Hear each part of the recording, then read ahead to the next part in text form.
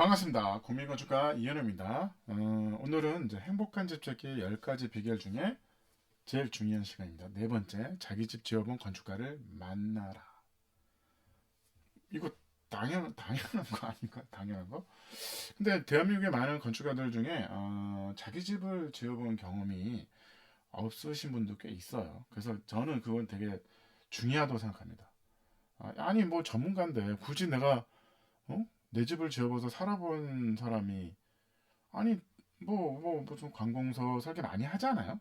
아니 그거보다도 단독주택인데 이 작은 거를 못 한단 말이야? 사실입니다, 사실입니다. 이제 그분을 폄훼하는 건 아니고요. 제가 그랬어요. 제 경험담을 말씀해 드릴게요. 제 경험담. 제가 태어나서 저도 나름대로 광장건축에서 유명한 건축물 많이 했습니다. 뭐 관공서, 뭐 예술의 전당에 이제 국립국악원 뭐 이런 큰 규모의 건축물을 많이 했거든요. 그래서 제 집을 짓는 걸 되게 얕봤어요. 그래서 제가 첫 죽전에 그 모바일 홈이라는 첫 집을 졌는데 저 욕 바가지로 먹었습니다. 누구요? 저희 와이프한테. 저보고 그러는 거죠. 집을 이따위로 좀 설계해가지고 이게 뭐냐? 근데 저도 몰랐어.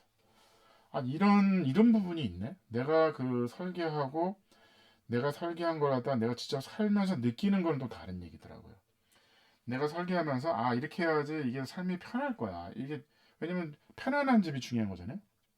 집이 작고 그건 다음 문제고 편안한 집, 이쁜 집, 햇볕이 어떻게 떨어지고 창의 크기가 어떻고 이런 걸 되게 중요하게 생각했거든요.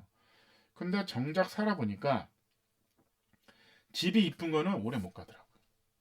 집이 이쁜 거는 한 달 가나? 한 달? 두 달? 친구들이 놀러 와서 뭐 한마디씩 하는 거죠. 아우 집이 이쁘다 야 뭐 이런 거죠. 근데 그분들은 살진 않아요. 보고 가시는 거잖아요.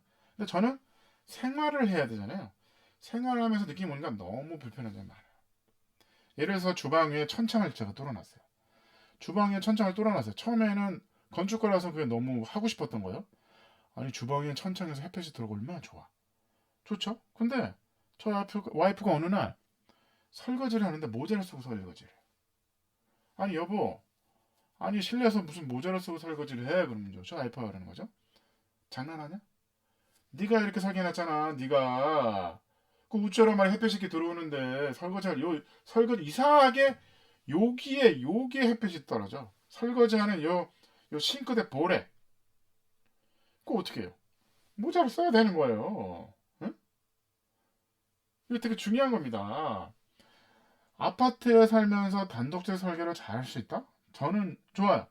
한 번은 저번 경험과 본인이 직접 살아야 될 필요가 있는 거죠. 살아야 되면 직접 살아보고 설계하는 것이 중요한 겁니다. 뭐가 문제인지를 이렇게 설계했을 때 이게 뭐 이쁘고 이런 건 있지만 문제는 본인이 살면서 불편한 점을 발견할 수 있는 거예요. 그러면 이 부분은 제가 살아봤더니 이 부분 불편하다. 어? 계단이 굳이 넓을 필요가 없다. 이삿짐은 한 번만 이사를 하는 거잖아요. 그걸 위해서 계단이 넓을 필요가 없고 집이 좁은데 계단을 넓게 할 필요가 없는데 계단은 좁아야죠. 나머지가 넓을 수 있잖아요. 그렇다 그러면 굳이 계단이 넓을 필요 없는 거는 경험이 있어야 되는 거예요. 경험이 있지 않으면 그 얘기를 해줄 수가 없는 거예요. 이게 계단 폭이라는 게 뭐 1m가 필요할까? 80cm도 괜찮아요. 아니 계단에 막 3, 4명이 왔다 갔다 하는 게 아니잖아요. 뭐 거기 네 식구 사는 건데 무슨 10명이 왔다 갔다 하나요? 학교예요? 아니잖아요. 계단이 넓을 필요가 없는 거예요. 근데 그거는 그런 경험이 없으신 분들은 고민인 거다. 계단이 한 1.2는 있어야지. 그래도 이렇게 계단이 넓은 게 집이 좀 뭔가 효과가 있지. 계단이 넓으면 뭐예요? 방이 좁은데. 그 중요한 게 아니에요. 그래서 행복한 집주기 10가지 비결 네 번째 시간 자기 집 지어본 건축가를 만나세요. 저를 만나는 게 아니라 건축가 중에 직접 집을 지어본 건축가들이 있어요. 그러면 저도 집을 지을 때 그랬어요. 추가 비용에 대해서 변수가 많아요. 그런 경험이 필요합니다. 설계하고 집을 짓고 직접 살아본 건축가는 진짜 전문가입니다.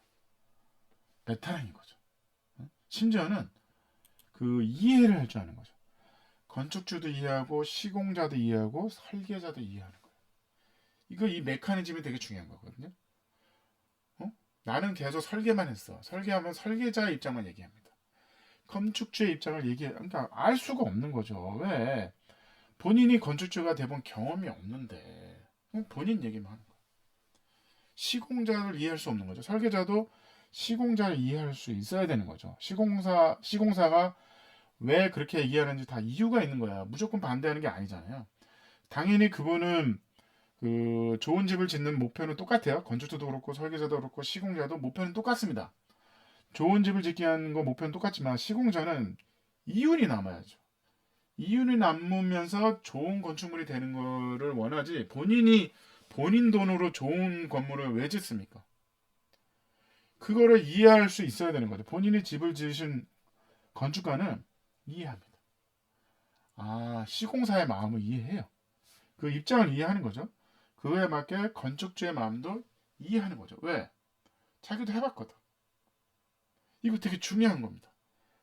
그러면 이게 원활하게 행복한 집을 짓기 위해서 트러블이 생기거든요. 건축주도 시공자도 설계자도 세 명이서 문제가 생기면 중재가 잘 안 돼요. 그럼 설계자는 빠집니다. 그러면 건축주와 시공사만 남는 거죠.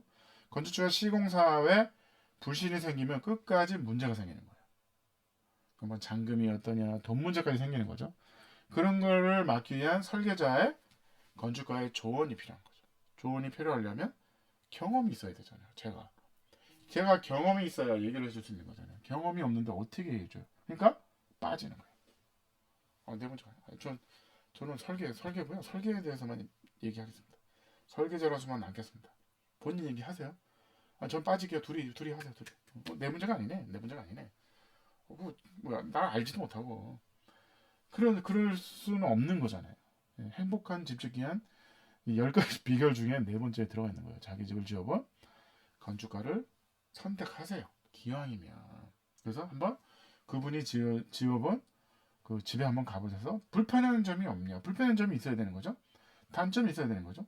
제가 제 집을 지었을 때 첫 번째 질문이 그거였어요. 이 집을 지었는데 뭐가 좋냐 했더니 제가 얘기했습니다. 그 기자한테. 좋은 점이 하나도 없는 것 같다. 죄송한데 단점만 잔뜩 있다. 단점에 대해서 얘기해주고 그거를 기사로 써라. 처음 만났다. 처음. 집을 인터뷰하러 갔는데 단점만 얘기하는 건축가를 처음 만났대요. 아니 어떻게 단점이 없어요. 단점이 있을 수밖에 없잖아요. 내가 설계하고 내가 지은 집에 단점이 있지. 어떻게 완벽해. 다 단점이야. 다 단점. 응? 그게 맞는 거 아닌가요? 그 단점을 안다는 건 뭐예요? 그 단점을 보완하겠다는 거잖아요. 그게 중요하다고. 그게 보완한다는 게 중요한 거잖아요. 단점을 몰라. 그러면 어떻게 보완을 해요? 그렇지 않아요? 저는 얘기했어요. 그 기사 그대로 쓰라고. 단점이 있다. 이런 단점이 있었다. 어? 유리창이 너무 커서 춥고 더웠다. 그거 맞는 얘기잖아요. 그걸 그대로 기사를 써라. 그게 내가 원하는 기사 내용입니다. 뭐 맞잖아요. 그래서 이번 네 번째 시간 행복한 집주기 10가지 비결 네 번째 자기 집 지어본 건축가를 찾으세요. 반갑습니다.